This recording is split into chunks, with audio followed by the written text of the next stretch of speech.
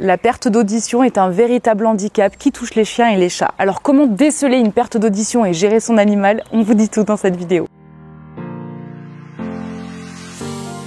Déjà, en temps normal, quand vous observez bien les oreilles du chat et du chien, elles ont tendance à pivoter en fonction de l'endroit, de l'origine du son qu'ils entendent. Et Dieu sait qu'ils ont une ouïe très performante. Donc si les oreilles ne bougent pas, on peut envisager une surdité. Pareil, en général, un chien ou un chat connaît bien son nom, où il y a certains mots qui les fait tiquer et réagir de suite. Si vous voyez qu'il n'y a aucune réaction quand vous l'appelez, c'est peut-être tout simplement qu'il n'arrive pas à l'entendre. Un animal sourd a en général aussi plus de difficultés à s'orienter et à se déplacer, et peut avoir des réactions agressives, et oui, normal, parce qu'ils entendent rien venir, donc ils sont surpris. Et il peut y avoir d'autres symptômes, comme le fait de dormir davantage, par exemple, d'être un petit peu moins enjoué, de jouer moins, d'être moins actif, etc. Donc la clé, la base de tout, c'est d'être attentif et bien observer votre animal si vous constatez un changement de comportement. En cas de doute, la meilleure chose à faire, histoire d'être fixé, c'est bien évidemment prendre un rendez-vous chez le vétérinaire qui pourra procéder à un examen de l'oreille interne et réaliser un test auditif qui confirmera s'il y a surdité ou non.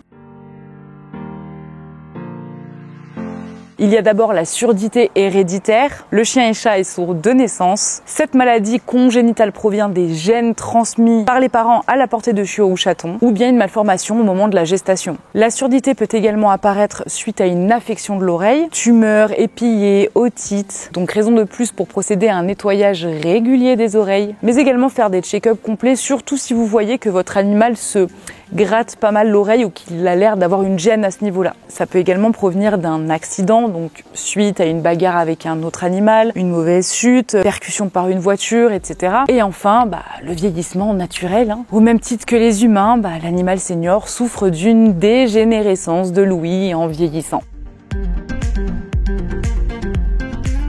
Si l'affection de l'oreille est liée à une maladie, le vétérinaire met en place un traitement médical pour traiter les lésions internes situées dans le conduit auditif. Mais malheureusement, dans tous les autres cas, la surdité n'est pas traitable et l'animal doit vivre avec ce handicap toute sa vie.